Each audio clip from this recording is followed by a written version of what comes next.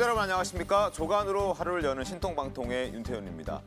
자, 국민의당 안철수 대표가 국민의힘과의 합당, 협상, 결렬을 선언하면서 대권 구도도 새 국면을 맞게 됐습니다. 안철수 대표는 과거 오세훈 후보와의 서울시장 단일화 과정에서 정권 교체가 가장 중요한 목표다. 그리고 합당할 것이다고 약속을 했었는데 결과적으로 3개월이 지난 지금 이 약속을 깨면서 야권 대선 구상에도 불확실성이 커졌습니다. 지난해 12월 안철수 대표의 목소리와 어제의 목소리 다시 한번 들려드리겠습니다. 저는 정권 교체가 가장 중요한 목표입니다. 그러면 입당 가능성은 일단 없다고 보십니까? 그 열린 마음으로 이길 수 있는 최선의 방법을 찾고자 합니다. 합당을 위한 합당 또는 작은 정당 하나 없애는 식의 통합은 정권 교체를 위해서도 더 좋은 대한민국을 만들기 위해서도 결코 바람직하지 않다는 결론에 이르렀습니다. 자, 들으신 대로 분명히 지난해 12월에만 하더라도 정권 교체가 가장 중요한 목표라면서 열린 마음으로 이길 수 있는 최선의 가능성을 찾겠다라고 말을 했는데 자, 그런데 어제는 완전 다른 사람이 되어서 얘기를 했습니다. 어떻게 좀 보셨습니까? 그러니까 이제 본인 그 눈앞에 이익이 딱 닥쳤을 때는 네. 뭐라고 얘기를 하다가 그다음에 이제 그 눈앞에 이익이 지나치면 또 이제 다른 얘기를 하는 거죠. 저게 이제 전형적으로 그 어떤 변화무쌍함 뭐 이런 건데 사실은 굉장히 지적을 받을 부분이 많죠. 이번 4.7 보궐선거 직전까지만 해도 뭐 기호 2번 얘기도 했고요. 네. 정권 교체 얘기도 했고 뭐 국민의힘과의 합당 얘기도 했습니다. 근데 네. 그거를 몇 달 만에 지금 다 뒤집어야 되는 상황이잖아요. 그렇다 보면 이제 안철수 대표가 가지고 있던 어떤 중도적인 이미지가 네. 그 뭐 이랬다 저랬다 그때 다르다라는 이미지로 이렇게 더 씌워지면서 여하튼 이미지가 굉장히 추락하는 모양새. 지금 그렇게 가고 있는데 그걸 뭐 본인이 대선을 앞두고 그것도 대선 출마를 안 한다고까지 얘기를 했었거든요. 네, 근데 그렇습니다. 그것까지 또 다 뒤집어야 되는 거 아닙니까? 네. 만약에 독자 출마를 한다면 네. 이제 그런 것들에 대한 정치적 부담 이거에 대해서 유권자들이 어떻게 평가할 것인가. 단순히 그냥 민주당과 국민의힘 그 사이에 있다는 것만으로 과거의 제3지대로서만큼 표를 줄 것인가 안 줄 것인가. 그런 부분이 이제 새롭게 평가가 돼야 되겠죠. 지금 지적해 주신 부분도 상당히 중요한 부분인 것 같은데 예전에 대선 때 20% 이상의 득표를 했다지만 지금 나오면 또 그게 그대로 똑같이 받을 수 있다는 건 장담 못하는 상황 아니에요?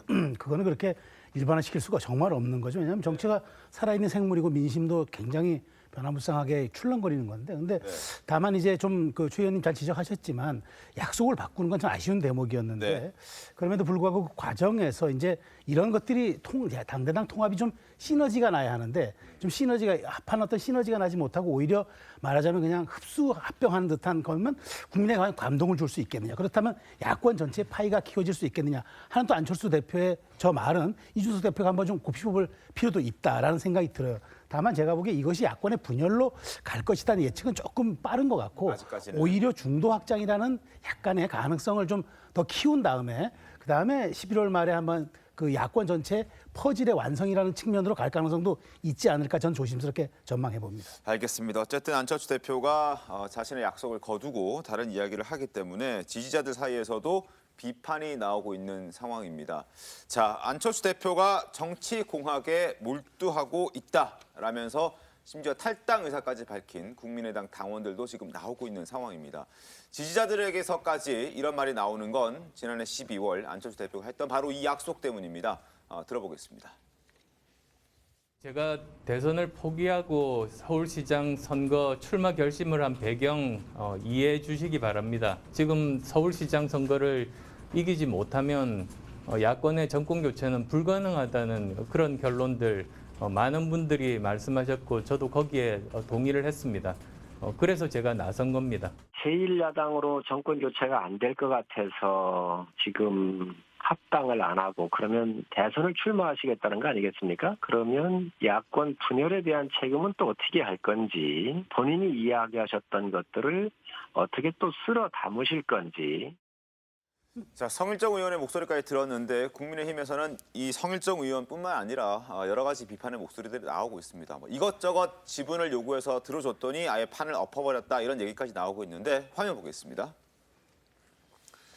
자, 국민의힘 관계자의 이야기입니다. 이것저것 지분 요구해서 들어줬는데 더 큰 요구를 하다가 급기야 이제는 판까지 엎어버렸다라는 얘기를 하고 있습니다. 그리고 하나 더 보겠습니다. 자, 야권 분열에 대한 책임은 또 어떻게 할 것인지, 그리고 본인이 얘기했던 것들, 뭐 대선 출마하지 않겠다라는 것과 무조건 뭐 통합하겠다라는 그런 부분들, 약속했던 부분들에 대해서 또 어떻게 쓸어 담을 것인지에 대해서 고민을 해봤는지에 대해서 의문이다라는 얘기까지 지금 국민의힘에서는 나오고 있는 상황입니다. 자, 제3지대에서 대선 출마를 선언하겠다라고 봐야 될 것 같기도 한데 이 부분에 대해서는 어떻습니까? 제3지대라는 게 지금 안철수 대표 혼자서 해서 될 일도 아니지 않습니까? 뭐 정치를 이렇게 우리가 이야기하잖아요. 네. 가능성의 문제인 것이고 미래를 예측하는 가장 좋은 방법은 미래를 창조하는 건데 지금 3지대의 입장에서 안철수 대표 혼자의 힘으로는 그 3지대의 불씨를 살리기는 뭐 지금의 추동력은 좀 떨어지는 건 맞아요. 하지만 이게 모멘텀이 언제 만들어질 수 있는가 하면 김동연 전 경제부총리와 어떻게 관계를 가져갈 것인지 네. 그기에 따라서 이 추동력은 또 만들어질 수 있고 불씨는 또 만들어질 수 있는 것이고 성일종 의원이 뭐 야권의 분열이라고 하는데 저는 뭐 최 교수님 말씀대로 이게 12월, 11월 달에 반드시 혼자 독자 출마라는 말씀은 전혀 안 하시고 출마를 하겠다는 말씀도 없으셨어요. 가능성만 열어놨죠. 네, 가능성만 열어놓고 분명히 나중에 저 안철수 대표의 생각은 정권을 바꾸겠다는 생각은 분명한 것 같아요. 그럼 또 서울시장 선거와 같이 모일 수 있는 가능성이 있는 거거든요. 그러니까 분열의 문제가 아니라 또 하나의 어떤 3지대를 키워서 국민의힘과 같이 이제 경선을 해서 하나의 후보자가 나오면 이 부분도 또 컨벤션 효과가 있을 수 있는데 과연 그거를 정말 정치 리더로서 어떻게 이끌어갈 것이냐에 대한 문제인 것이지 이것이 앞으로 야권의 분열이다 혹은 안철수 대표의 대권의 행보의 독자적인 길이다라는 것은 조금 더 지켜봐야 되지 않을까 생각합니다. 여권으로서는 어떻습니까? 이번 이 분열, 아직까지는 뭐 분열이라고 말하기는 좀 어렵다라는 분위기도 있지만 그래도 일단 합당 못했기 때문에 여권에서는 좀 호재라고 볼 수도 있을 것 같기도 한데요. 뭐 아직 사실은 경선 이후에 어떻게 단일화될 건가 혹은 아니면 당대당 통합도 그때 될 수도 있어서 지금 단계에서 네. 야권이 분열했다 이렇게 보긴 어려울 것 같고요.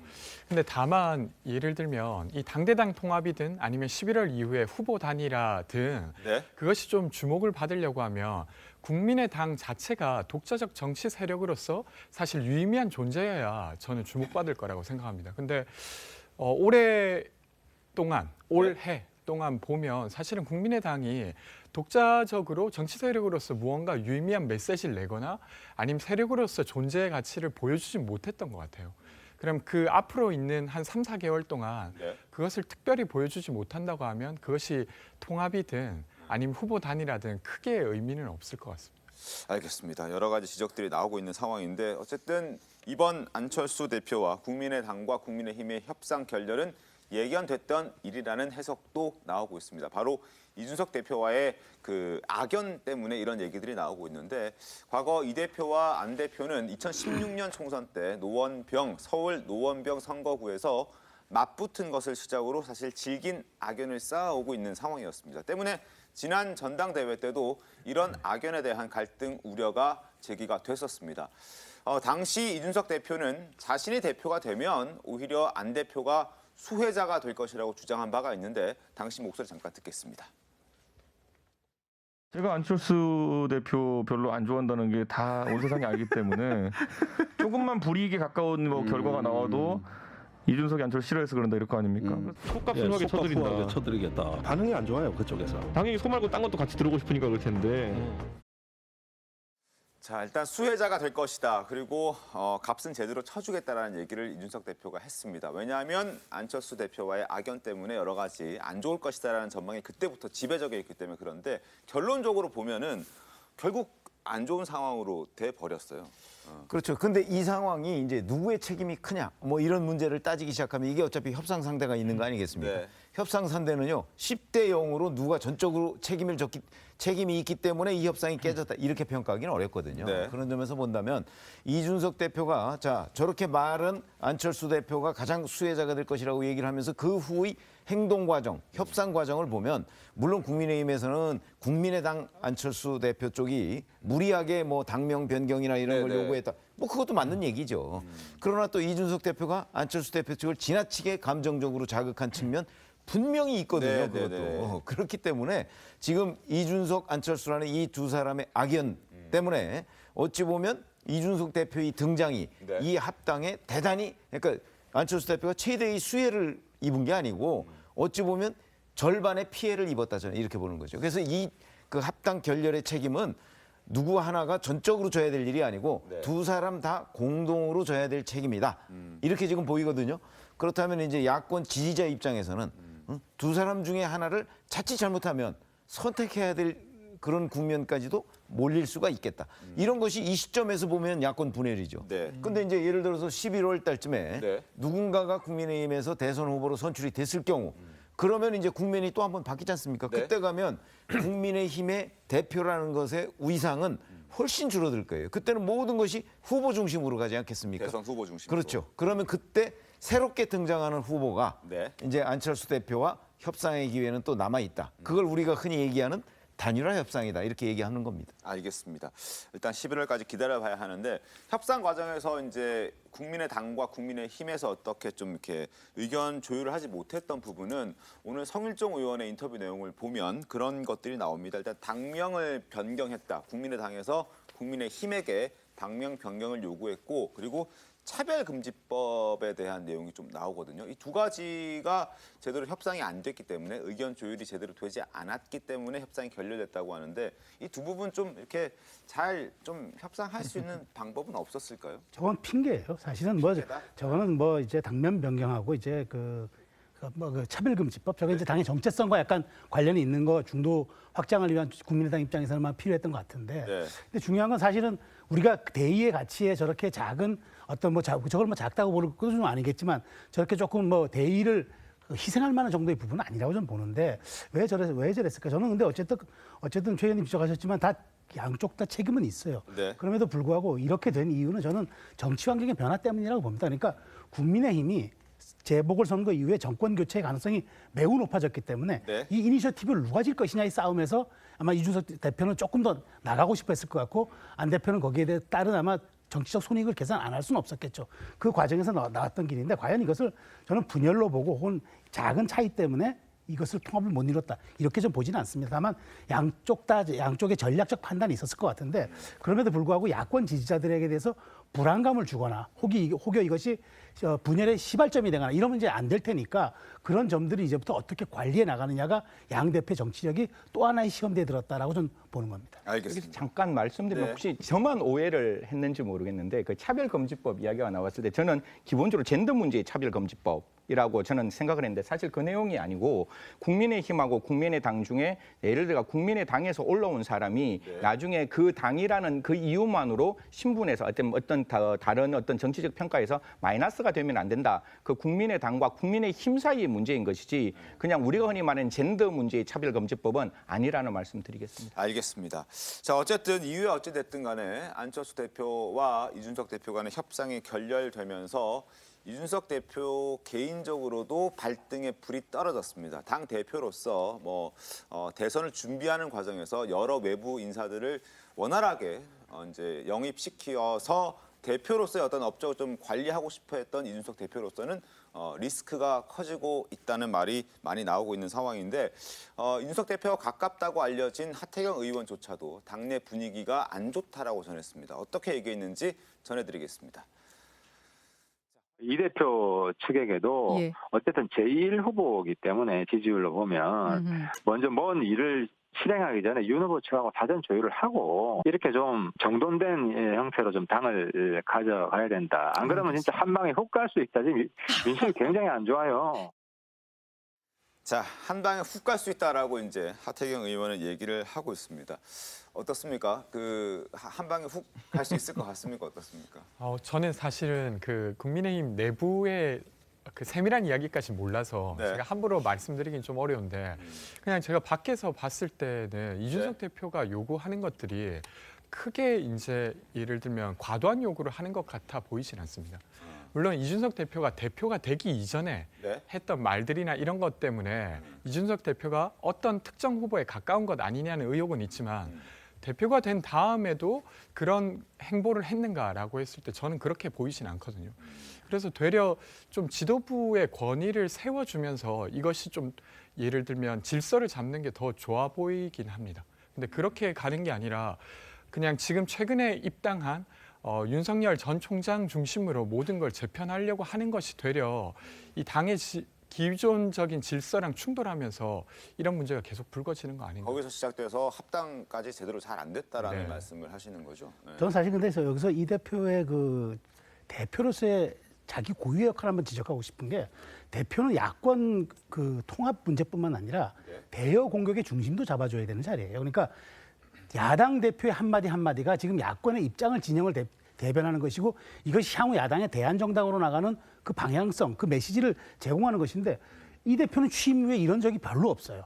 여권에 대해서 공세를 펼치거나 대한민국의 주요 현안과 국정 이슈에 대해서 목소리를 낸 적이 없고 대부분 경선 관리에만 자기 목소리를 냈단 말이죠. 네. 근데 이게 저는 패착이었다고 봐요. 그러니까 국민의힘에서 아주 지난번 이 대표 취임 이후에 했던 대변인 모집한 거. 나는 국대다. 이정준 대표가 경선 흥행을 할 수 있는 좋은 저는 하나의 쇼로 봤지만 대통령 후보는 당의 정체성과 관련된 부분들이고 야권의 앞으로 국정 운영과도 관련된 부분인데 대표가 이거를 자꾸 경선 흥행으로만 몰아가려면 하면 안 돼요. 이것을 기본 체질을 갖춰놓은 다음에 다음 스텝으로 나가는 판을 깔아주는 게 대표의 몫인데 오히려 이것에 저는 너무 그냥 흥행에만 관심을 둬가지고 자기가 마치 조련사를 하는 것처럼 이렇게 비춰지는 거는 저는 이것이 갈등의 분열이 돼버렸고 또 분열의 씨앗이 될 수 있는 이 대단한 위험한 단초를 제공했다. 이렇게 보는 겁니다. 경선 관리에 지나치게 그렇죠, 관심을 개입했다. 그렇죠. 아, 이렇게 보시면 그렇게 글쎄, 보시면. 아니 경선 관리에만 개입한 게 아니고 그보다 훨씬 더 나갔죠.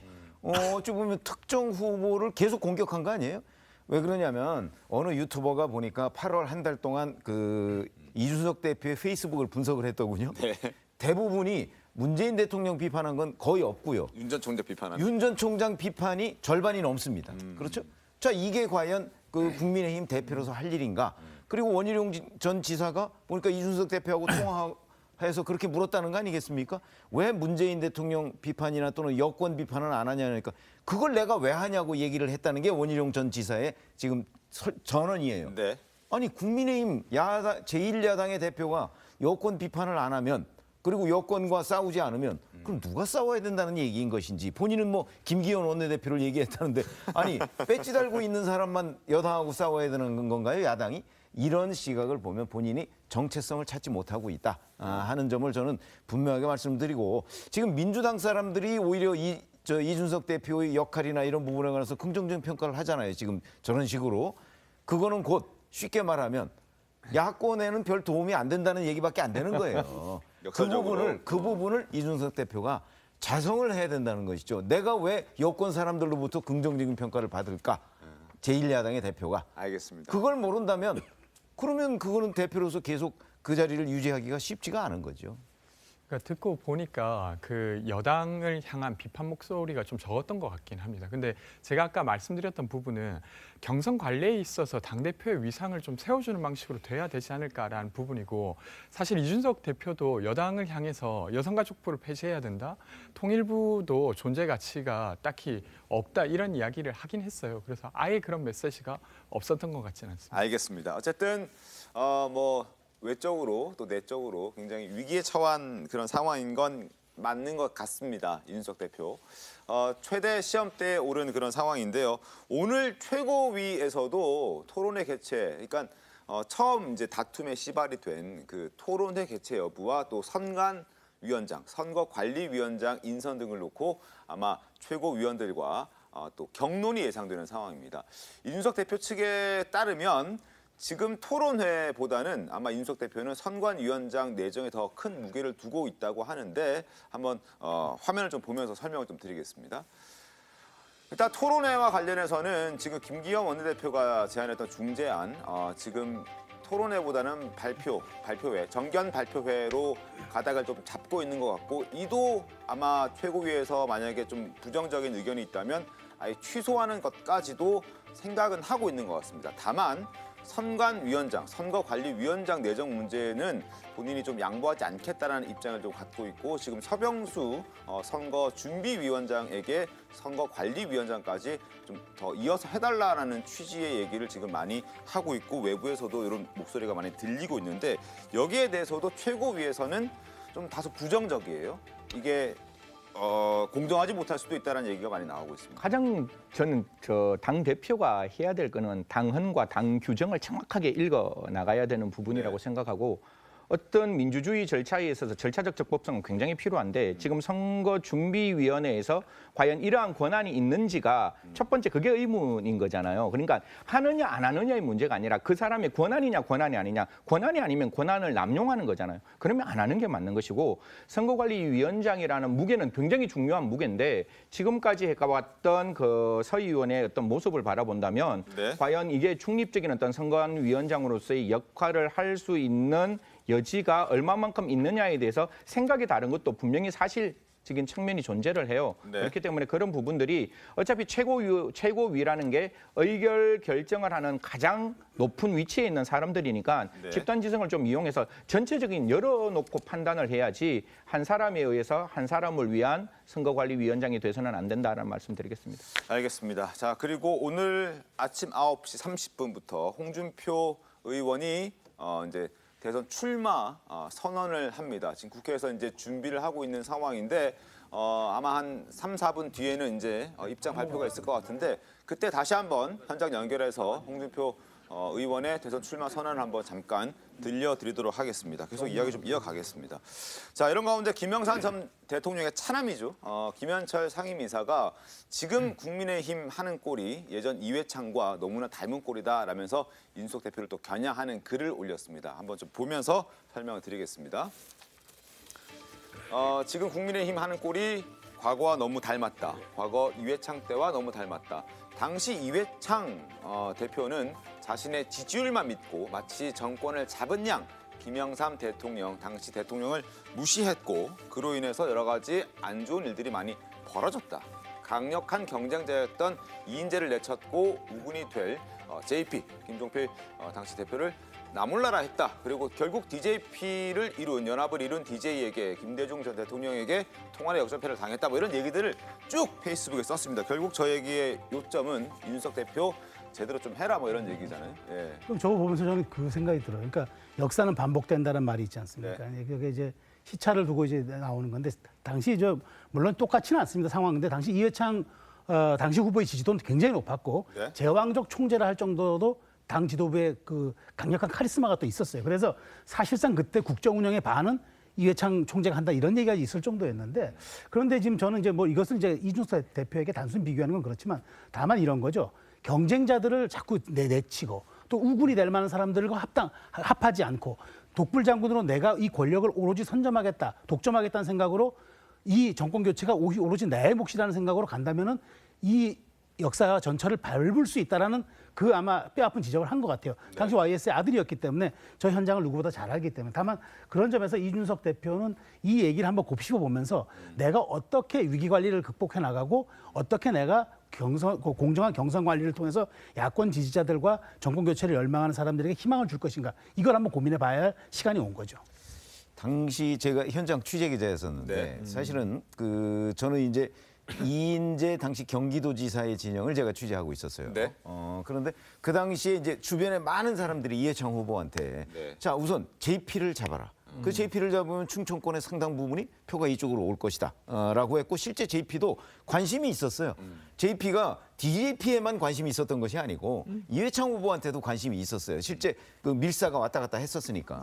그리고 그다음에 이인재 경기도지사를 무슨 수가 있어도 잡아야 된다. 그래서 당시에 김영삼 계인 김수환 전 국회의장 중간에서 다리를 놔서 둘을 만나게까지 했어요.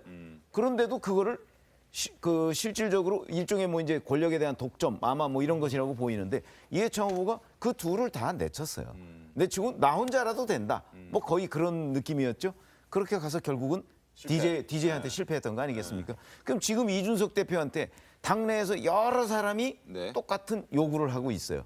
그런데 이제 이준석 대표가 만약 이 부분을 내가 대표인데 내 맘대로 하겠다라고 한다면 이제 다시 그때 이 상황이 재현될 수 있다. 이걸 지금 김현철 이사가 얘기하고 있는 겁니다. 그럼 당시 JP와 이인재 전 경기도지사 같은 경우는 지금 상황에 대입하면 누구로 봐야 됩니까?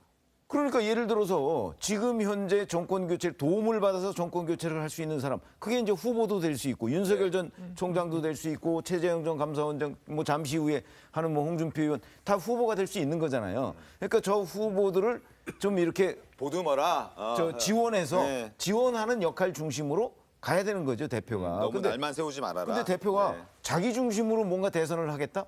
이거는 어차피 대선판의 중심은 제1야당의 대표가 아니고 네. 대선 후보입니다. 알겠습니다. 그런 부분들을 좀 강조하는 김현철, 김영삼 전 대통령의 차남이 페이스북에 올린 글들이었는데 어쨌든 어떻게 될지 한번 좀 지켜보도록 하겠습니다. 윤 전 총장과 이준석 대표와의 갈등도 어느 정도 좀 봉합이 돼야 될 텐데 봉합이 되기 전에 새로운 변수가 등장했습니다. 두 사람의 갈등이 극에 달하고 있는 상황에서 윤 전 총장이 이준석 대표를 비판하는 한 SNS 글에 호응하는, 보통 이제 우리가 페이스북 하면은 좋아요라는 거 누르지 않습니까? 뭔가 마음에 들면. 근데 좋아요를 눌렀다가 취소하는 일이 발생을 했습니다. 화면 좀 보겠습니다. 이 내용입니다. 정준규 국민의당 전국장애인위원회 공동위원장이 쓴 글인데 이준석이 유승민, 홍준표와 함께 윤석열 저격조의 마당쇠 역할을 하고 있다. 유권자들 앞에 부끄러운 줄 알아야 한다라고 하는 이준석 대표를 비난하는 글을 썼습니다. 국민의힘의 대표를 비난하는 글을 썼는데 여기에 윤석열 전 검찰총장이 좋아요를 눌렀던 것이 확인이 됐고 이게 논란이 되자 지웠습니다.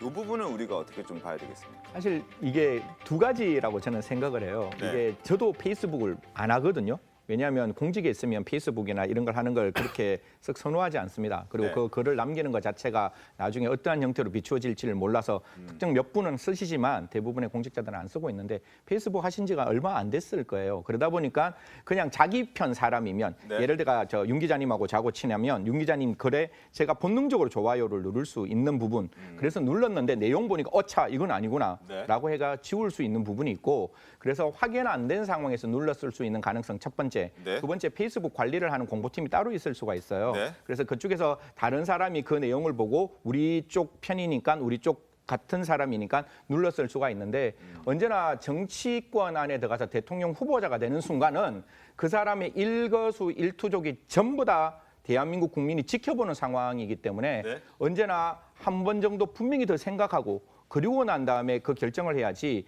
그냥 머릿속에 나오는 이야기를 그냥 무조건 내뱉으면 그리고 나와 같은 사람이라고 무조건 좋아요를 누르면 나중에 그로부터 받을 수 있는 이익보다 그로부터 나가는 손해가 더 클 수 있다라는 말씀 드리겠습니다. 자, 윤 총장 측의 입장 한번 보여드리겠습니다. 화면 보면서 설명드리죠.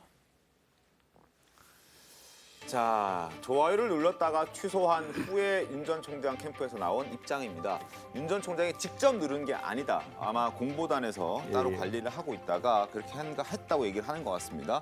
계정을 관리하는 사람이 따로 있는데 자기 계정, 그 관리하는 사람이 자기 계정인 줄 알고 눌렀다. 그러니까 자기가 누른 게 아니다라고 얘기를 하고 의도가 된 게 아니다라고 얘기를 합니다. 실수를 알게 돼서 곧바로 이 좋아요 누른 부분을 취소했다라고 얘기를 하는데 결국 저 얘기를 보면 계정 관리하는 사람은 그 글에 대해서 좋다는 생각을 가졌던 것 같습니다. 그걸 유출을 해보면 캠프 내의 전반적인 분위기가 이준석 대표한테 부정적이다 뭐 이런 걸 우리가 유추해 볼 수 있는 유추해볼 대목이 수는 아닌가 그렇게 생각합니다. 어떻습니까? 권지웅 대변인 어떻습니까? 저도 비슷하게 생각했습니다. 네. 그러니까 이게 그냥 단순히 페이스북 좋아요 눌렀다 취소한 게 아니라 그 이면에 좀 깔려 있는 분위기가 이것으로 다시 드러난 게 아닌가 싶습니다. 알겠습니다. 어쨌든 페이스북에 좋아요를 눌렀다는 것, 그래서 취소했다는 것 여전히 이 대표와 화제가 되고 있다. 자, 대선 출마 선언 지금 시작했습니다. 짤막하게 한번 확인해 보도록 하겠습니다. 잘못된 방향으로 가는 이 나라를 바로잡아 정상국가로 만들고 선진국 시대를 열겠습니다. G7의 당당한 일원이 되어 국제사회에서 선진국 대접을 받는 나라, 풍요로운 대한민국을 만들겠습니다. 대한민국은 건국 이후에 온 국민이 하나가 되어서 60, 70년대 산업화, 80년대 민주화, 90년대 정보화를 이루어냈습니다. 그러나 1990년대 중반 중진국을 넘어선 지 무려 30년 동안 선진국 문턱에서 우리는 번번이 좌절했습니다. 그러는 사이에 성장의 엔진은 식어가고 급속히 저출산 노령화 사회로 가고 있습니다. 개인과 나라의 빚도 늘고 빈부격차는 커졌습니다. 과거 해방 직후 공산주의가 우리 사회를 뒤덮었듯이 지금 포퓰리즘의 망령이 코로나 상황을 파고들며 온 나라를 휘감고 있습니다. 70년대 세계 7대 부국이었던 아르헨티나를 비롯한 남미 여러 나라들이 반미주의와 포퓰리즘에 빠져 후진국으로 후퇴를 했습니다. 우리도 석유 부국이었다가 세계 최빈국으로 전락한 베네수엘라를 따라가는 무상 포퓰리즘이 판치는 나라가 되었습니다. 오늘만 살 것처럼 고의의 배를 가르고 청년과 미래 세대에게 빚더미를 물려주는 퍼주기 대한민국이 되어서는 절대 안 됩니다. 현 집권 세력은 획일적 평등과 현금 퍼주기를 앞세운 무상 포퓰리즘으로 국민의 편을 가르고 분열시켜 장기 집권을 이루겠다는 명확한 목표를 가지고 있습니다. 180석의 국회 의석을 무기로 사회 시스템, 국가 제도를 좌파 사회주의 국가로 점점 바꾸어 나가고 있습니다. 지금 정치, 경제, 사회, 문화, 대북, 외교, 국방 등 국가 전 분야의 정책 혼란과 무능은 국민 고통을 최악의 상황으로 몰고 가고 있습니다. 여기서 막아야 합니다. 우리 대한민국이 이대로 더 나갔다가는 되돌릴 수 없는 깊은 수렁으로 빠집니다. 이번 대선은 단순히 여야의 정권 교체를 넘어서 나라의 미래를 결정하는 중차대한 대선입니다. 선진국 시대를 이끌어갈 이 나라의 주류 세력을 선택하는 그런 선거입니다. 나아가 이번 대선은 선진국의 길이냐 베네수엘라로 가는 길이냐를 가늠하는 마지막 기회가 될 수도 있습니다. 존경하는 국민 여러분, 사랑하는 당원 동지 여러분, 대한민국을 바로 세우고 선진국 시대의 원년이 되도록 하겠습니다. 지금은 정권 교체를 통해 나라를 바로잡을 절호의 기회입니다. 국제적으로 미중 패권 갈등은 격화되고 북한의 핵미사일 위협은 최고조에 와 있습니다. 세계 무대에서 국가 이익을 제대로 지키고 국정 대개혁을 제대로 해낼 강력한 리더십과 미래를 통찰하는 해안이 필요한 시기입니다. 지금 정권을 홍준표 교체한 의원이 국회에서 대선 출마 선언을 하고 있습니다. 정권 교체를 위해서 나라를 바로잡기 위한 지금 절호의 기회다. 선진국으로 도약하느냐, 더 큰 선진국으로 도약하느냐, 아니면은 베네수엘라처럼 최악의 위기를 맞이하느냐. 정권 교체를 넘어서 나라의 미래를 결정할 정말 중요한 대선이 될 것이다라고 얘기를 하면서 본인이 아마 주자가 되겠다라는 걸 아마 국민들께 얘기를 하고 있는 모습입니다. 어쨌든 홍준표 의원이 대선 출마할 것은 기정사실이었고 그리고 얘기는 됐던 일이긴 합니다만 저렇게 출마 선언을 하는 건 이제 공식화하는 거기 때문에 국민의힘 내부에서도 어떤 좀 얘기들이 상당히 많을 것 같은데 좀 어떻게 좀 보십니까? 글쎄요, 여러 이제 여론조사 결과에서 홍준표 의원은 그 일종의 상위권 올라 있는 건 사실이에요. 네, 그렇죠. 야권 내부에서는 그렇기 때문에 홍준표 의원은 또 홍준표 의원의 이 강성 지지자라고 하는 사람이 야권 내부에 있기는 해요. 네. 많지는 않다고 하지만 그래서 아마 그걸 발판으로 해서 2017년에 이어서 이제 재수를 하는 셈 아니겠습니까? 네.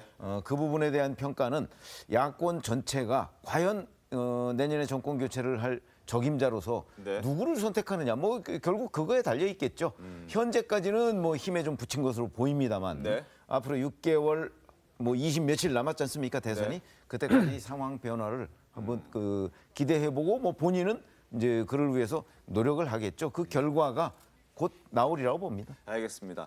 자, 여의도 용산 빌딩에서 지금 여의도 용산 빌딩에서 대선 출마 선언을 하고 있는데 사실 홍준표 의원 같은 경우에는 윤 전 총장을 향해서 굉장히 많은 비판도 했고 또 지적도 하고 있는 후보 중에 예비 후보 중에 한 명입니다. 심지어 토론회에서 우리 한번 만나보자라고 얘기를 할 정도로 단단히 벼르고 있는 상황인데 이따 오늘 토론회에 지금 가타부터 여부가 결정 날 것 같은데 반발도 좀 있을 것 같고요. 어떻습니까? 뭐 사실 이 토론회가 될지 아니면 발표회가 될지 모르겠지만 네. 여기서 만약에 홍준표 의원이 강하게 토론회를 뭐 개최하자라고 하면 제가 아까 말씀드렸다시피 대한민국의 대통령은 법치 하에서 존재를 해야 되는 거잖아요. 그러면 제가 거듭 말씀드리지만 그 리더로서 가장 중요한 건 되느냐 안 되느냐의 기준을 정하는 거예요. 네. 그 기준은 그 당에서 정하고 있는 당헌이거든요. 그럼 당헌에서 과연 선준위, 선거관리준비위원회에서 그걸 할 수 있느냐? 할 수 없는 걸 만약 홍준표 의원이 계속 이야기를 한다면 나중에 그 부분이 아킬레스건으로 와닿을 수 있을 것 같아요. 홍준표 의원 입장에서는 윤석열 후보자와 충분히 토론할 수 있는 기회가 무제한으로 열려 있어요 앞으로. 그럼 거기에서 윤석열 후보자의 토론의 스킬과 토론의 모습을 충분히 다룰 수 있기 때문에 지금은 제가 만약에 홍준표 측이라면 그 부분에 대해서는 강력하게 이야기 안 하는 게 오히려 더 타당하지 않을까 생각합니다. 만약에 이제 붙으면 누가 이길 것 같습니까?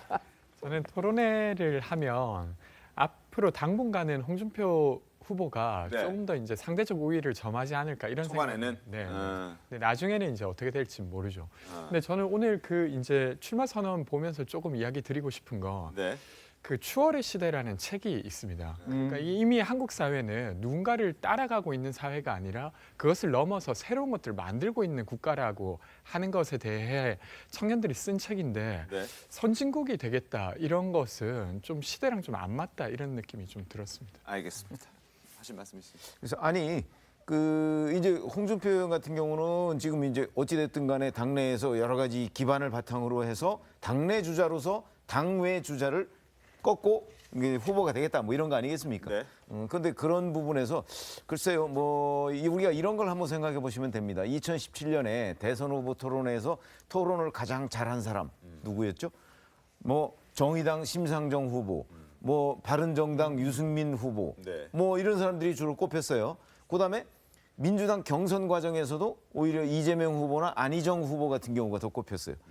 그래서 대통령 안 됐잖아요. 토론 잘한다고 그게 토론 잘한다고 대통령 되는 건 아니다. 네. 그런 것들은 저는 우리 유권자가 아주 냉정하게 바라보고 있다. 그러니까 지금 마치 뭐 토론이 모든 것을 결정하는 것처럼 그렇게 얘기하는 건 또 그 전체적인 그 상황하고는 맞지 않다고 봅니다. 알겠습니다. 한번 두 사람이 나중에 토론회가 열렸을 때 내일 열릴지 안 열릴지 모르겠습니다만 어쨌든 본 경선이 시작되면 굉장히 치열하게 아주 자주 토론회가 열릴 겁니다. 어떻게 진행될지 한번 지켜보도록 하겠고 또 기대를 해보겠습니다. 자, 다시 윤 전 총장 이야기로 돌아와서 윤 전 총장의 역사 인식 논란이 또 도마에 올랐습니다. 대선 캠프가 SNS에 광복절을 맞아서 윤봉길 의사의 글을 올리면서 안중근 의사의 영정 사진이 등장하는 이러한 해프닝이 좀 있었는데 사진부터 한번 함께 보겠습니다.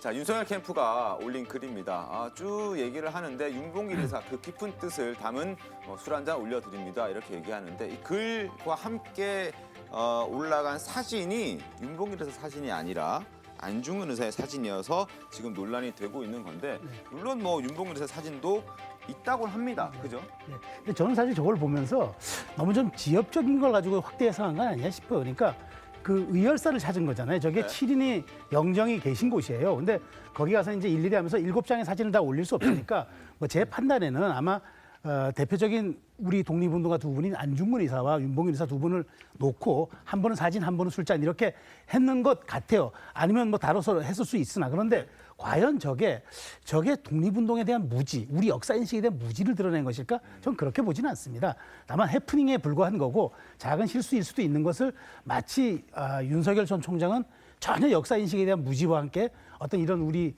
친일 청산 이런 것에 대한 자기 인식도 없는 사람이다라는 식의 지금 공격 포인트를 가지려는 것 같은데 어쨌든 실수도 반복되면 실력이 되거든요. 저는 윤 전 총장이 결국은 대통령이 되겠다? 저는 디테일에 강해야 된다고 봅니다. 그러니까 디테일에 강하지 않는 사람이 지도자가 돼서는 안 되는 거예요. 그러니까 큰 것을 잘 결정한다고 해서 작은 것을 보이지 말라는 걸 아닙니다. 더 오히려 세심해야 하거든요. 근데 저런 문제에 대해서 자꾸만 실수가 나오는 거는 저거 뭐 통 큰 정치인이기 때문에 그렇다 이렇게 말로 할 것이 아니라 실력이 될 수도 있다는 걸 인식하고 저런 실수들이 반복되지 않도록 해야 돼요. 그렇지만 저걸 가지고 너무 역사 인식에 대한 뭐 본인이 천박한 걸 드러냈다 이렇게 공격하는 건 제가 보기에 조금 문제가 있다 이렇게 보이죠. 여권의 비판 목소리 일단 한번 화면 보면서 설명드리겠습니다. 여권에서 어떻게 얘기하고 있는지 확인해 보시죠.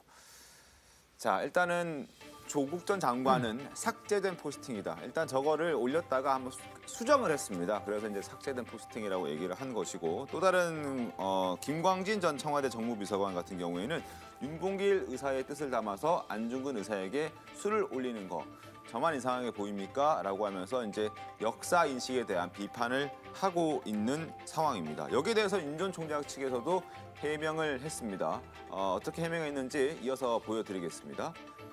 자, 윤 전 총장 측에서는 모든 의열사의 술잔, 단순한 사진 배열의 문제였다. 역사 인식과는 전혀 관계가 없이 게재를 하는 과정에서 사진의 배열 문제였지 모른다고 할 수는 없다라고 얘기를 하고 불필요한 오해를 일으킬 수 있다고 판단해서 자체적으로 다시 사진을 교체했다라고 일단 설명을 덧붙였습니다. 그런데 앞서 말씀해 주셨던 대로 이러한 실수가 이번이 처음이 아니기 때문에 여권에서는 비판을 하고 있는 겁니다. 실수도 반복되면 실력이라는 얘기가 있습니다. 그래서 과거 어떤 실수를 했는지 그 영상 한번 보여드리겠습니다.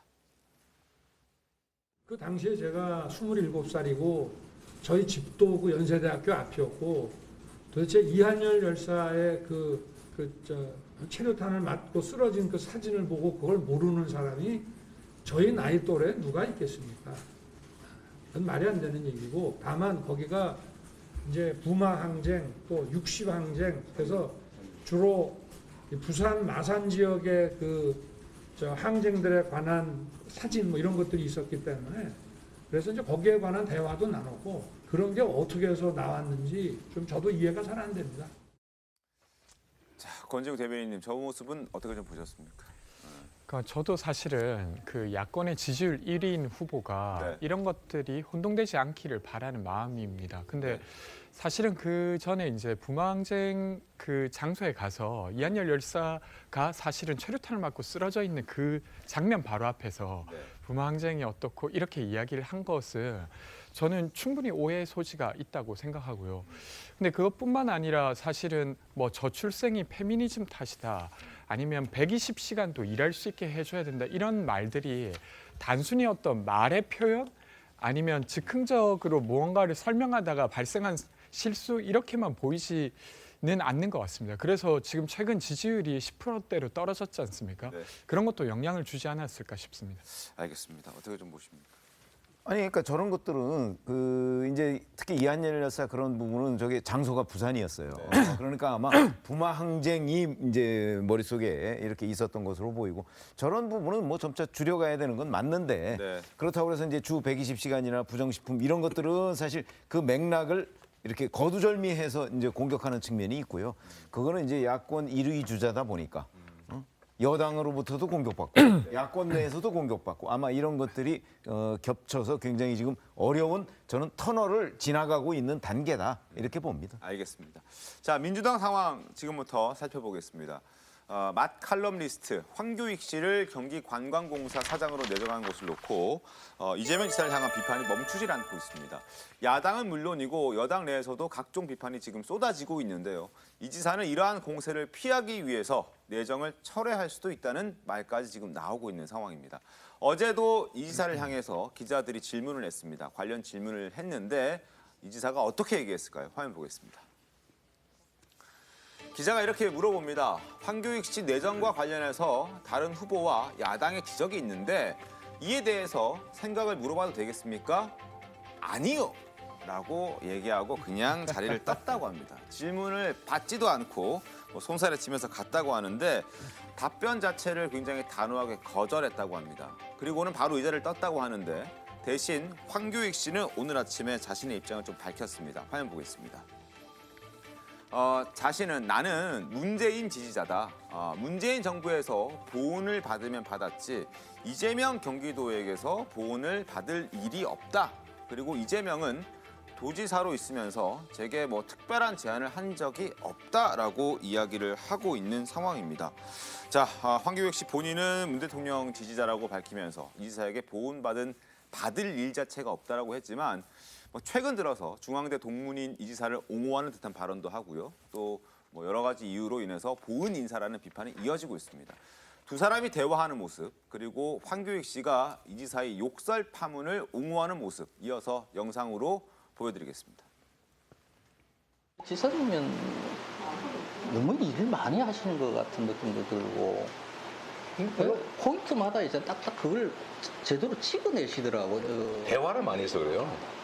이제 대한민국 인물 중에 가장 욕을 많이 먹은 네. 그죠? 욕 먹는 정도야 뭐. 혼자만의 일이 아니라 가족들 자체가 그 어떻게 견디셨어요? 가족들 나도 그래서 뭐 아내가 잘 견뎌준 거죠. 당해본 사람들은 이게 얼마만큼 속 터지는 일인가 알죠? 뭐 형수한테 욕설 하고 하는 왜 욕을 했지? 그 이재명의 삶이 어릴 때 어려웠죠. 빈민의 예. 그 삶이잖아요. 거칠게 사는 사람들이 많죠. 이 어린 시절의 그 삶에 대해서 너무 야박하게 굴지는 말자, 이해하자. 자, 황교익 씨의 어떤 해명, 설명 이런 것들도 있었고 그런데 그 전에 저희 이재명 지사의 태도부터 한번 짚어보겠습니다. 기자의 질문에 아니요라고 짧게 얘기하고 얘기한 것도 아니죠. 저렇게 거절하고 가는 모습은 우리가 어떻게 받아들여야 됩니까, 권지웅 대변인님? 그러니까 지금 답변하기 적절하지 않다라고 하는 것이 조금 기자들이 보기에 좀 단호했던 것 같고 그것이 약간 기자들 입장에서 기분이 나빴을 수 있을 것 같습니다. 근데 모든 걸 즉답을 해야 되는 건 아니기 때문에 저는 저렇게 지금은 답변하기 좀 어렵습니다라고 할 수 있다고 생각합니다. 그렇게 말을 했었어야 되는 건데. 아니 저는 기자의 태도를 약간 지적하고 싶어요. 기자의 태도도? 기자가 그냥 질문하면 되지. 그렇긴 하죠. 질문해도 되나요를 왜 또 묻습니까? 그러니까 그냥 질문하면 되는 거예요. 그러면 기자는 질문권이 있고 이재명 지사는 답변권이 있습니다. 답변하는데 그런 질문 여기서는 답변 안 하겠습니다. 그러고 가면 또 되는 거죠. 그거는 이 지사의 그 행동이고. 그런데 기자가 왜 질문을 해도 되는지 안 되는지를 묻는가? 그게 좀 궁금했습니다. 저도 그렇긴 합니다. 네. 저는 이제 사실 그 이재명 지사가 원래 시원시원한 답변 잘하는 분이잖아요. 거침없이 거의 윤석열 그 후보처럼 이렇게 거침없이 답변하시는 분인데 이번은 안 그랬단 말이죠. 그러니까 굉장히 불편하고 또 본인이 지금 이 답이 굉장히 좀 위험할 수도 있다라고 생각한 것 같아요. 그러니까 오늘 오후 아마 5시인가 아마 여권 후보 토론회가 있을 겁니다. 아마 맞습니다. 이 문제가 쟁점이 될 겁니다.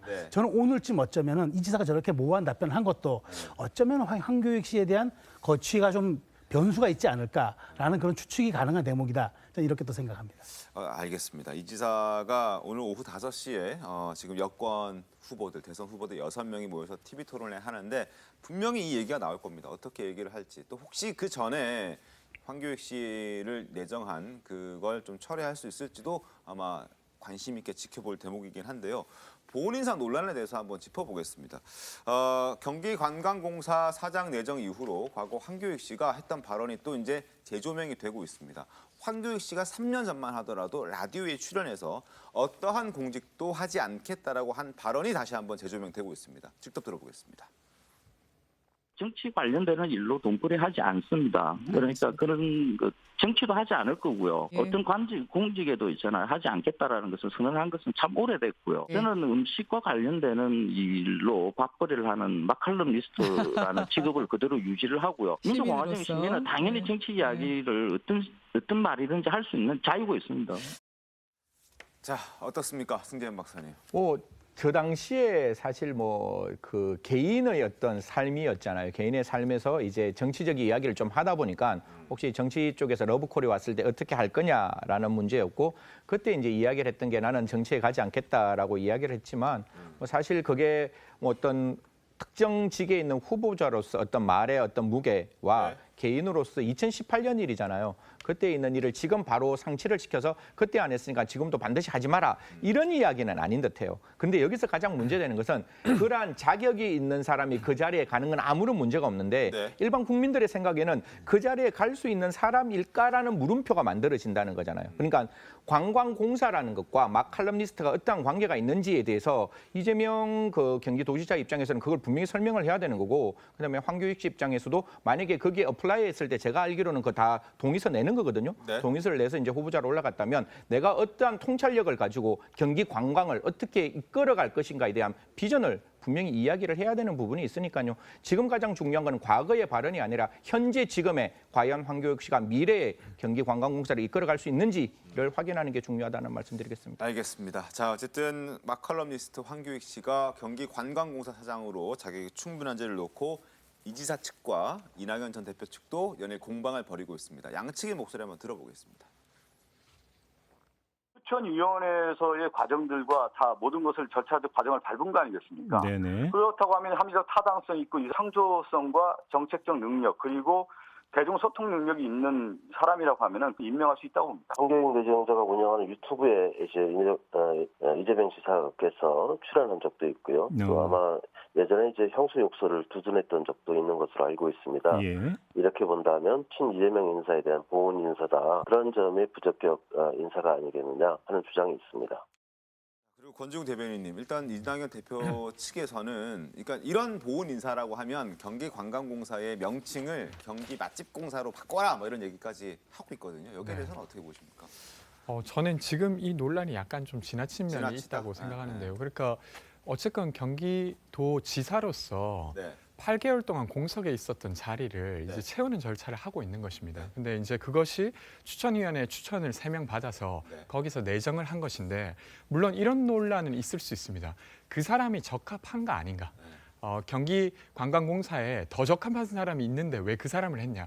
이런 이견이 있을 수 있지만 그 내정 자체가 그냥 그 전에 조금 가까워 보인다고 해서 무조건 잘못됐다 이렇게 말하는 건 좀 부적절하다고 보고요.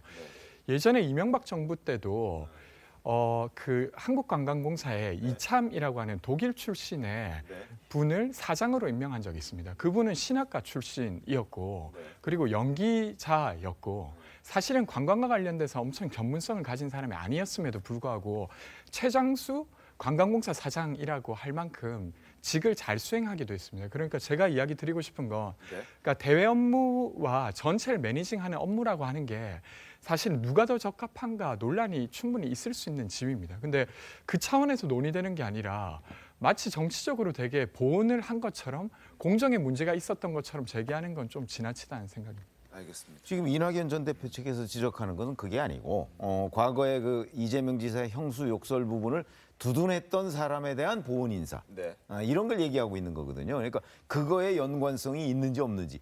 근데 이제 그런 부분을 따져봐야 되는 것이죠. 알겠습니다. 자, 윤석열 전 청장도 이야기를 하고 있습니다. 화면 보시죠. 자, 김기흥 캠프 부대변인이 반어법을 좀 쓴 것 같습니다. 우리도 황교익 씨처럼 넓은 아량으로 이재명 지사를 이해해야 한다. 이재명 지사는 의리를 지켰을 뿐 쓸 수 있는 지사 찰스를 알차게 썼을 뿐인데 세상 인심이 너무 각박하고 이 지사를 몰아세우는 게 아닌가 싶기도 하다라고 하면서 논평을 했습니다. 어쨌든 저런 얘기를 하면서 비판을 하고 있는 것 같은데 여러 가지로 정치권에서는 하여튼 논란이 적진 않습니다. 전직 경기도 공사 사장이 직접 입을 또 열기도 했는데 화면 좀 보도록 하겠습니다. 자, 어떤 얘기를 했는지 지금부터 확인시켜 드리겠습니다. 경기관광공사 전 사장 홍승표 전 사장이 한 이야기입니다. 황교익 씨도 예전 기준이라면 전혀 자격 미달이고 개정 완화된 기준에도 그리 적합해 보이지는 않는다. 과연 이러한 무리수가 경기 관광에 도움이 될지는 미지수다라고 얘기를 하고 있습니다. 자, 하여튼 논란이 계속되고 있는 상황이기 때문에 어떻게 또 수습이 될지, 또 오늘 오후 5시부터 시작되는 TV 토론회에서 다른 후보들의 어떤 공격을 이재명 지사가 어떻게 또 잘 받아주고 또 넘기게 될지도 한번 지켜볼 대목인 것 같습니다. 자, 그런데 이러한 논란에도 불구하고 부인인 김혜경 씨는 여전히 이재명 지사를 향해서 굉장한 믿음을 보여주고 있습니다. 뭐 당연히 그렇겠죠. 자, 어떤 내용을 하는지 이재명 지사를 어떻게 생각하고 있는지 김혜경 씨의 목소리 한번 화면으로 확인시켜드리겠습니다. 자, 남편에게 품격이 없다고 그러는데 그 말을 들을 때마다 부인인 입장에서 너무 화가 난다라고 얘기를 하고 있습니다. 그리고 이 지사는 본인보다는 상대방을 그리고 국민을 품격 있게 해주는 사람인데 이러한 품격 없다라는 비판에 대해서 굉장히 억울하다라는 얘기를 하고 있습니다. 또 하나, 자, 밖에서 볼 때 신기할 만큼 둘의 관계가 흔들림이 없다. 어떠한 네거티브 공방이 있더라도 전혀 흔들림이 없다. 트위터, 여배우 사건, 조폭 사건 등으로 한참 공격을 받았을 때도 천하에 이런 나쁜 놈이 없을 정도로 이미지가 너덜너덜해졌을 때 기자들이 왜 이렇게 단단하냐라고 하더라라고 할 정도로 두 사람의 관계는 전혀 문제가 없다라고 얘기를 하고 있습니다. 실제로도 여배우 사건, 조폭 사건 어떤 역경에도 부부 관계는 흔들림이 없이 단단하다고 했는데 자, 단단한 두 사람의 모습 잠깐 보겠습니다. 근거 없는 마타도와 낭설들이 너무 난무하고 우리 국민들의 판단을 흐리려는 시도가 많긴 하지만 근거 없는 억지 주장에 쉽게 현혹되지 않으실 거라고 확신합니다. 후보님들 근거 없는 억지 주장 얘기 잠깐 하셨는데요. 어떻게 대처하실 건지요? 근거들을 좀 분명하게 해주면 좋겠다는 생각이고 분명히 말씀드리지만 사실이 아닙니다. 뭐 제 아내도 옆에 있지만 네. 마무리하시죠. 네, 감사합니다. 네, 저렇게 보였습니다. 어떻게 보셨습니까? 저희 집사람도 저렇게 말하지 않을까요? 내조 아니, 우선 승재현 의원이 대선에 출마를 아니요, 해요. 그건 아니지만 사실 가장 가까이에서 어떻게 보면 많은 삶을 같이 해가 왔고 네. 저런 이야기가 나온다는 건 저는 뭐 이재명 후보자의 가정사를 전혀 모르지만 두 사람 관계에서 서로 간에 의지를 할 수 있는 모습은 분명히 보였다라고 이야기를 하는 겁니다. 다만 이제 저희들이 이렇게 오해를 할 수는 있잖아요. 정치인의 어떤 바깥의 모습과 진짜 안에 있는 모습은 다를 수 있을 수도 있는 가능성이 있는데 네. 저는 끝까지 만약에 내조를 하신다면 끝까지 이재명 후보자를 위해서 두 사람이 정말 단단한 모습을 끝까지 보였으면 좋겠다라는 말씀드리겠습니다. 네, 짧게 할 말씀. 저도 뭐 정쟁을 떠나서 한 인간에게 아주 가까운 사람이 강한 지지를 보내는 건 전 좋아 보입니다. 네. 알겠습니다. 네. 자, 정치권 소식 여기까지 살펴봤고요. 지금부터는 오늘의 사람 순서로 넘어가겠습니다. 첫 번째 인물 만나보겠습니다. 자, 첫 번째 인물은 국민 마라토너 이봉주 씨입니다. 자, 희귀 질환으로 투병 중이었는데 어제 수술 후에 첫 공식 일정을 소화했다고 합니다. 어떤 모습이었는지 한번 화면 보겠습니다. 자, 지팡이를 짚고 있긴 합니다. 그리고 뭔가 조금 자세가 여전히 곧게 펴지진 않았습니다. 그럼에도 불구하고 표정은 그나마 좀 굉장히 좀 좋아 보이고 그리고 손도 흔들 정도로 편안함을 좀 가져가고 있는 것 같습니다. 미소도 지금 마스크 너머로 웃고 있는 모습도 좀 보여지는 것 같은데 일단 수술 2달 만에 외출을 했는데 여전히 좀 불편해 보이긴 합니다만 안색은 좀 좋아진 것 같네요. 그렇죠. 일단 뭐 지난해 1월 달에 증상이 시작됐었는데 사실 1년 정도 동안은 원인조차 몰랐던 병입니다. 네. 지금 뭐 고개를 다 펴지 못하고 있는 상황이긴 한데 그래도 가장 심했을 때와 비교해 본다면 정말 심했을 때는요. 고개가 너무 꺾여져서 바닥을 보고 있을 정도로 한 90도 정도 꺾여 있었단 말이죠. 거기다가 허리도 완전히 펴지 못하는 모습이었는데 그래도 지금 사진에 나온 것처럼 증상이 상당히 좀 완화된 모습입니다. 거기다가 표정도 좀 밝은 모습이기 때문에 좀 긍정적으로 비춰졌던 것 같습니다. 네, 지난 6월이었습니다. 한 유튜브에 출연해서 수술 경과가 좋다라고 말을 하기도 했었는데 그 모습 잠깐 보겠습니다.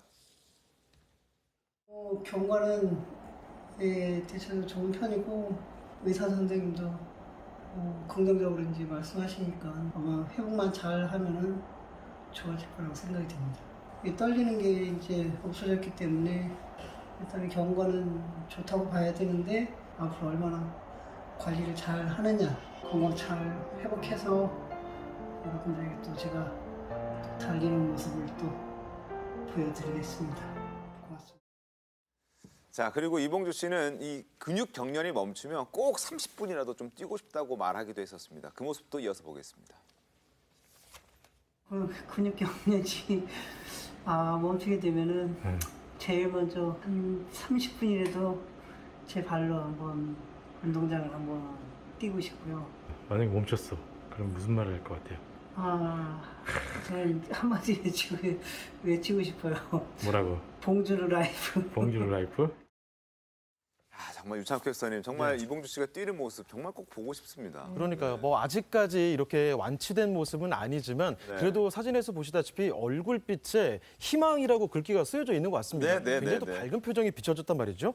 뭐 저도 그렇고 많은 국민들께서도 이봉주 선수의 앞날을 좀 상당히 응원하고 있고 실제로 수술 경과도 상당히 좋게 지금 나오고 있기 때문에 밝고 건강한 모습으로 이봉주 선수의 말처럼 봉주르 라이프 외치고 뛰는 모습 기대해 보겠습니다. 네, 저도 기대를 해보겠습니다. 자, 두 번째 인물 만나봅니다. 두 번째 인물은 김재동 씨입니다. 방송인 김재동 씨인데 한 출판사가 이 김재동 씨를 내세워서 공기업 취업 준비생들을 위한 온라인 고민 상담소를 진행한다고 밝혔는데 근데 일부 네티즌들이 이게 무슨 소리냐? 이런 얘기가 나옵니다. 그렇죠. 그 공기업을 준비하는 사람들의 모임이라는 모임에 김재동의 랜선 고민 상담소라고 해서 행사를 진행하겠다라고 이제 밝힌 건데요.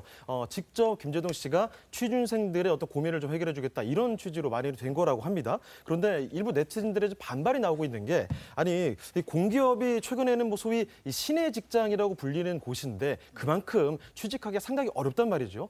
통과해야 될 것들이 뭐 토익이라든지 어떤 자격 요건부터 해서 NCS 같은 뭐 시험이라든지 가산점 항목들 여러 가지 갖춰야 될 것들, 준비해야 될 것들이 많습니다. 그런데 이런 과정들을 전혀 겪어본 적이 없는 방송인 김재동 씨가 어떻게 이 취준생들의 마음을 헤아릴 수가 있는가, 어떤 도움을 줄 수 있는가 이런 전문성 결여라는 측면에서 비판의 목소리가 좀 커지고 있는 거죠.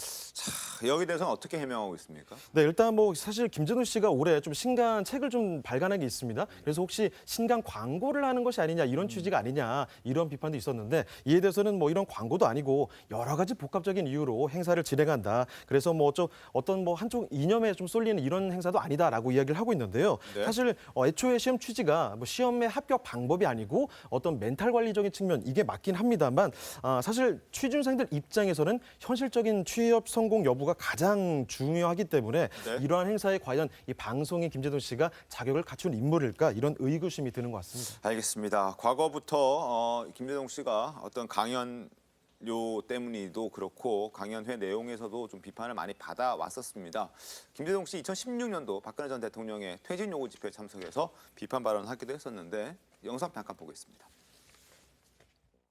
전두환 그리고 노태우 박근혜 대통령의 고향이기 이전에 노동자들을 위해서 그리고 일하는 청년들을 위해서 자기의 몸을 불살았던 전태일의 고향이기도 합니다. 이 땅의 산업화를 이뤄낸 것은 박정희 전 대통령의 공이 아니고 그 시대를 살아내었던 지금의 70대, 80대 우리 어머니 아버지들에게 그 공이 저는 돌아가야 한다고 생각합니다. 네, 김재동 씨 모습 잠깐 봤습니다. 자, 세 번째 인물 만나보겠습니다. 세 번째 인물은 바로 김현미 전 국토교통부 장관입니다. 지난 6월 김현미 전 장관과 그 가족들이 농지법과 부동산 실명법을 위반했다는 혐의로 시민단체 고발된 바 있는데요.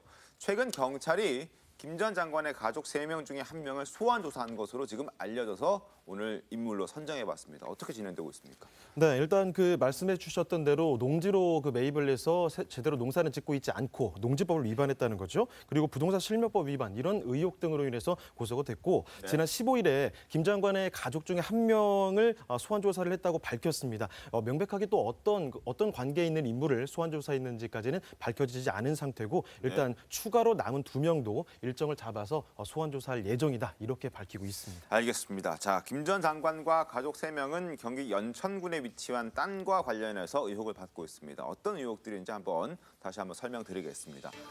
일단 농지법 위반 의혹입니다. 2012년에 경기 연천군의 장남면에 있는 2,483제곱미터 규모의 농지를 매입합니다. 그런데 여전히 실제 농사를 짓지 않고 방치한 의혹이 있어서 농지법 위반 의혹을 받고 있고요. 그리고 부동산 실명법 의혹은 2015년 경기 연천군 땅에 단독주택을 건축을 합니다. 근데 다주택 논란이 일자 매매를 하게 되는데 그 매매하는 대상들이 이제 김 전 장관의 남동생이었고 또 여동생이었습니다. 그리고 실제로는 거주하는 사람은 김 전 장관의 남편이 전세로 거주하고 있다. 이러한 의혹들과 관련해서 지금 고발이 된 상태이고 가족 3명 중에 1명이 경찰 소환 조사를 받았다라는 내용이 나오고 있습니다. 여기에 대해서 김현미 전 장관도 해명에 나선 바가 있는데 화면 보겠습니다. 연천군 그 해당 땅에 소나무 심고 과실나무 같은 것도 심고 뒤에 텃밭도 하고 있다. 그러니까 농지법 위반 의혹은 사실과 다르다. 얼마 전에도 상추 뜯어먹고 뭐 이렇게 했다. 뭐 이렇게 얘기를 하고 있고요. 또 하나 보겠습니다. 우리 집은 그 집을 전세를 얻었다. 우리는 그 집을 전세를 얻었다. 그 매물 자체를 제가 말했듯이 동네 부동산하고 거래를 한 게 아니다. 우리가 연천에 있는 부동산을 통해서 그 땅을 산 게 아니다. 뭐 이런 얘기를 하고 있습니다. 그리고 하나 더 보겠습니다. 자신도 팔아버리고 싶다. 오죽하면 그걸 얼마나 팔아버리고 없애버리고 싶었겠느냐라고 얘기를 하면서 그 집을 없애는 게 자신의 꿈이다라고 얘기를 하고 있습니다. 해명 어떻게 좀 우리가 받아들여야 됩니까? 일단 실제로 그 부동산에 가서 취재한 것들이 언론을 통해 또 공개가 되지 않았습니까? 네. 그 주변에 뭐 잡초도 무성하고 거미줄까지 있고 관리가 전혀 되지 않은 것으로 좀 드러나 있는데 사실 여부가 어떻게 될지 일단은 추가적인 조사가 좀 필요할 것 같고 네. 만약에 이런 문제점들이 의혹이 아니라 실제 위법을 한 것으로 밝혀지게 된다면 사실 지금 김 장관 재임 시절에 정말 부동산에 굉장히 관련된 반발들이 많지 않았습니까? 네. 정말 이것들이 민심에 정말 큰 불을 지르지 않을까 이런 우려가 좀 됩니다. 알겠습니다. 한번 지켜보도록 하겠습니다. 잠시 뒤에 돌아오겠습니다. 네, 오늘 준비한 신통방통 여기까지입니다. 내일 더 신통하게 돌아오겠습니다. 고맙습니다.